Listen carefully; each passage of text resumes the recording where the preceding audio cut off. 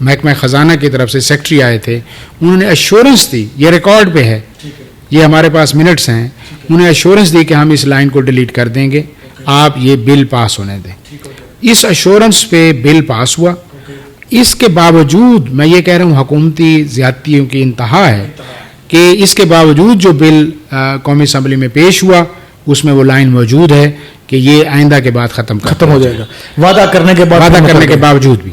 اس دوران ہم جب پارلیمنٹ میں 2 دن ہم نے گزارے تو آپ جو بات کر رہے ہیں کہ پاکستان پیپلز سید نوید قمر صاحب جو چیئرمین اسٹینڈنگ کمیٹی کے, ان سے نیشنل اسمبلی میں جو سینٹ والے ہمارے وہاں سے ان سے ملاقات ہوئی, اور اس میں جو MQM کے خالد مقبول صدیقی صاحب ہیں وزیر تعلیم, ان سے ملاقات ہوئی, خالد حسین مکسی صاحب وزیر سائنس اینڈ ٹیکنالوجی ہیں, ان کے ساتھ سب نے ہمیں یقین دہانی کرائی کہ ہم آپ کا یہ مسئلہ حل کرنے جا رہے ہیں, اور حکومت سے ہم بات کر رہے ہیں کہ آپ کا یہ مسئلہ حل ہو. لیکن ابھی تک ہمیں جو ہے نا اس کی کوئی صورتحال کے بارے میں حوصلہ افزا بات نہیں ملی, اور بہانہ یہ بنایا گیا چیئرمین FBR کی طرف سے, پرسوں میڈیا میں اسٹیٹمنٹ دی گئی کہ جی ہم نے تو بڑی کوشش کی ہے, IMF نہیں مان رہا. یہ اس سے زیادہ پریشانی, اور میں لفظ استعمال کر رہا ہوں, ذلت کا مقام ہے. 2 صورتوں میں کہ اگر IMF اتنا آپ کے اوپر حاوی ہو چکا ہے کہ اتنی چھوٹی چھوٹی مائکرو مینجمنٹ وہ کر رہا ہے جو کہ نہیں کر رہا, ہمیں بھی پتہ ہے اس بات کا. اور دوسری یہ بات ہے کہ آپ نے جو باقی اتنے اپنے بجٹ ایلوکیشنز اور فنڈنگ بڑھائی ہے, تنخواہیں بڑھائی ہیں, چیئرمین سینٹ کی اور بڑھائیں, اسپیکر 500% بڑھی ہے. آپ نے اس وقت FBR سے پوچھا, آپ IMF سے پوچھا, آپ نے جو باقی اتنے زیادہ الاؤنسز اور بجٹ ایلوکیشن, وہاں تو آپ نے IMF سے پوچھ کے نہیں کیا. افسوس, سوچ, نظریہ, جو محدودیت وہ یہ ہے کہ تنخواہ دار طبقہ, اور اس میں بھی سب سے آسان ٹارگٹ اپنے اساتذہ جن سے پڑھ کے چیئرمین FBR وہاں پہ ریپرزنٹیشنز دے رہے ہوتے ہیں گورنمنٹ کالج یونیورسٹی سے پڑھ, تو وہ اپنے ہی استادوں کے ہاتھوں ان کو جو ہے یہ چھوٹا سا بینیفٹ لے کے, بڑے بڑے جو ہیں, جو آپ نے ایگریکلچر ٹیکس دیکھا, ٹریڈنگ ٹیکس دیکھا, وہاں تو آپ ہاتھ نہیں لگا سکتے کیونکہ وہ آپ کہتے ہیں کہ نہیں جی وہاں سے تو بڑا مسئلہ ہو جائے. سندھ میں بھی صورتحال ہے ٹیچر صاحب. دیکھیں جب ہم صوبوں کے موازنے کی بات آتے ہیں تو جب یہ بجٹ پیش ہوا, پچھلے سال بھی ایسے ہوا کہ سندھ نے اپنے صوبائی بجٹ میں 35 ارب روپے اپنی کو 30 یونیورسٹیز کے لیے رکھا. وہاں پہ 30 university public sector university. Punjab میں سر کتنی ہے؟ پنجاب میں 51 کے قریب. 51 ہے, جی سارے ملا کے. تو انہوں نے کے لیے کتنا رکھا؟ یونیورسٹیز کی ریکرنگ گرانٹ کے لیے, ریکرنگ یعنی جاری اخراجات کے لیے, ان کی تنخواہوں, ریسرچ اور اس کے لیے, تو انہوں نے اس میں جو ہے وہ 35 ارب پچھلے سال 2024 کی بات. 24 پنجاب نے محترمہ مریم نواز شریف صاحبہ کی قیادت میں 3 ارب روپے رکھے. افسوس, یعنی انہوں نے 30 یونیورسٹیوں کے لیے 35 ارب اور یہاں 50 یونیورسٹیوں کے لیے مریم نواز نے 3 ارب رکھا, جس میں پنجاب یونیورسٹی ایسی بڑی یونیورسٹی جیسی بڑی یونیورسٹی ہمیں کوئی 5 کروڑ اتنے کروڑ روپے وہ انہوں نے وعدہ کیا, تو اتنا حصہ ملنا تھا. اس میں صاف ظاہر ہے 50 یونیورسٹی میں کتنا ایک حصہ ملے گا. تو اس میں ہمارے پاس جو ہے 50,000 سے زیادہ اسٹوڈنٹس ہیں اس وقت. اچھا, اس میں ایشیا کی ایک بڑی یونیورسٹی ہے, سب سے بڑی یونیورسٹی ہے, اور اس میں مڈل کلاس اور لوور مڈل کلاس کے نوجوان تعلیم حاصل کر رہے ہیں.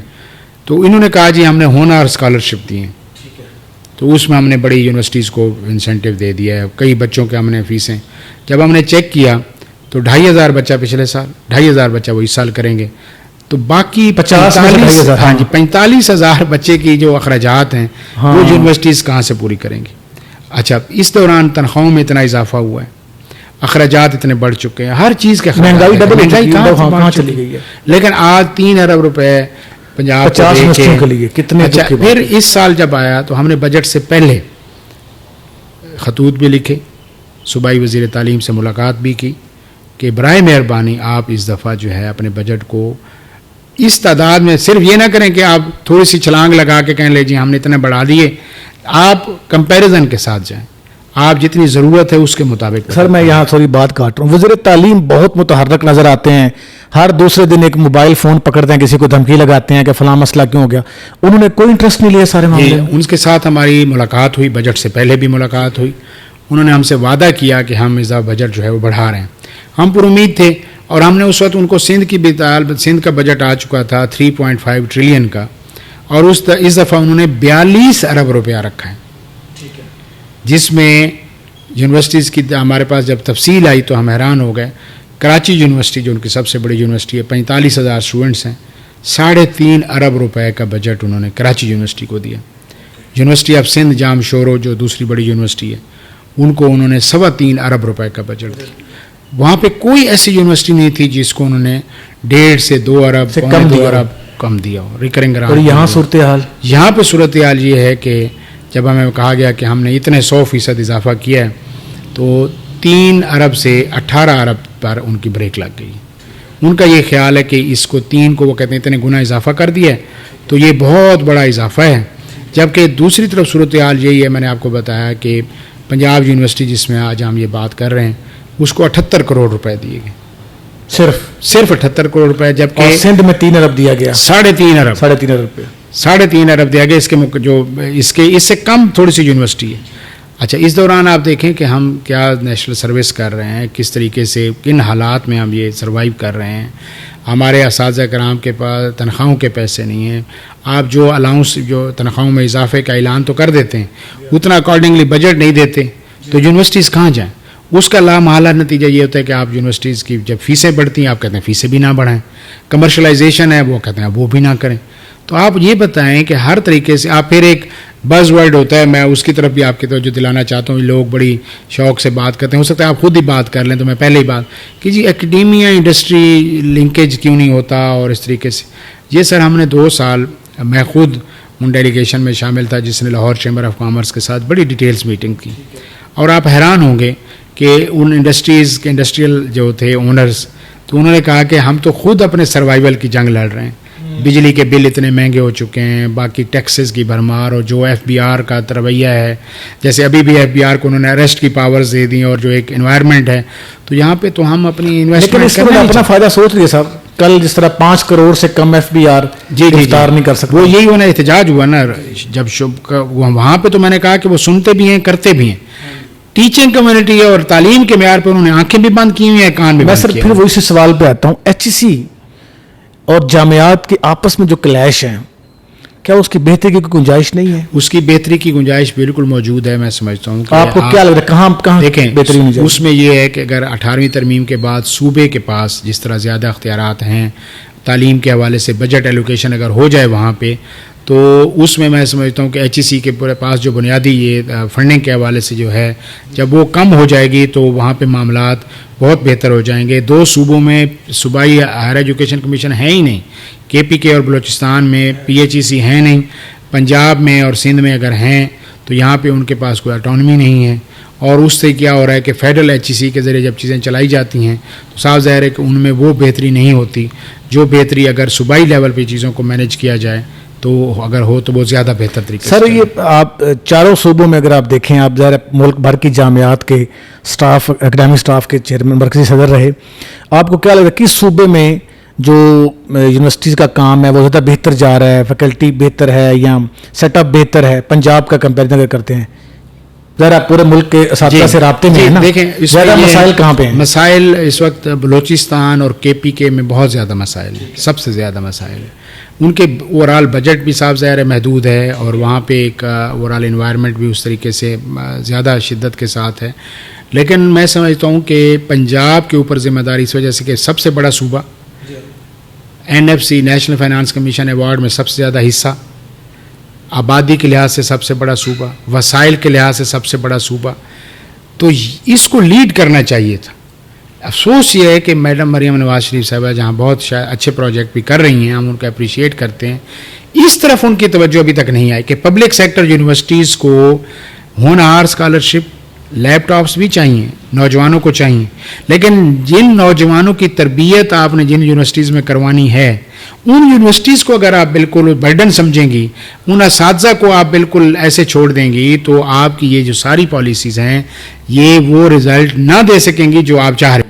وائس چانسلر کی تقرری میں بھی پنجاب حکومت کا اور گورنر صاحب کا بہت کلیش رہا. آپ کو پتہ ہے یہاں بھی مستقل وائس چانسلر تقریباً 2.5 سال نہیں تھے. تو یہ کلیش کیوں ہوا؟ یعنی آپ کو لگتا ہے کہ کیا پنجاب حکومت اور گورنر صاحب کو اس بات پہ ڈیبیٹ کرنی چاہیے کون سا وائس چانسلر آنا چاہیے؟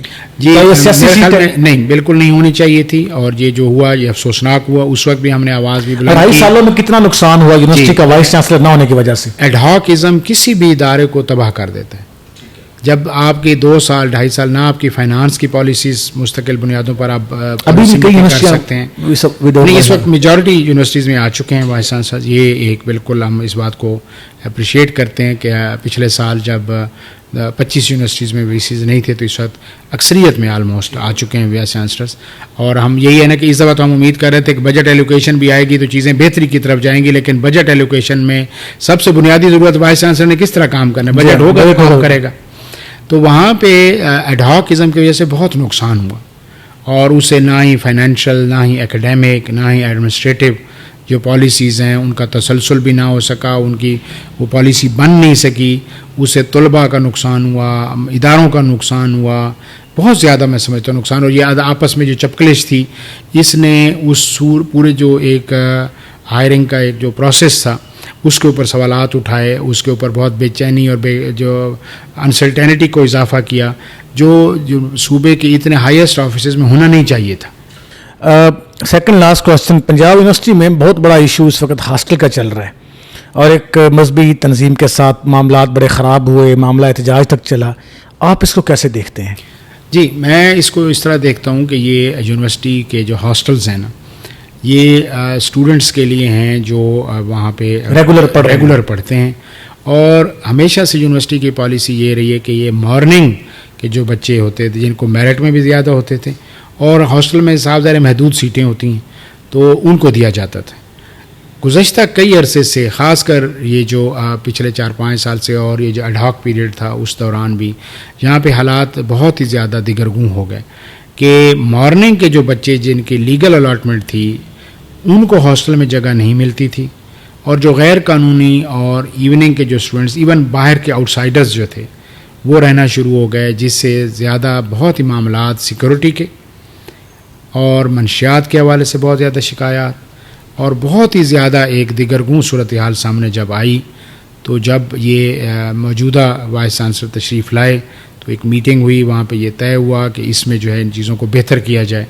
تو اس میں کوئی اس کا یہ نہیں تھا کہ کسی مذہبی جماعت کے ساتھ کوئی مطلب پھڈا تھا یا ان کو نہیں, ایک چیزوں کو بہتر کیا جائے. جو اس وقت بھی مارننگ کے بچے چاہے وہ کسی چیز سے کسی سے بھی تعلق رکھتے ہیں ان کو ہاسٹل بھی دیا گیا, ان کو بالکل کمروں میں بڑے آرام سے رکھا گیا, کوئی ان کے ساتھ تنگی نہیں ہوئی.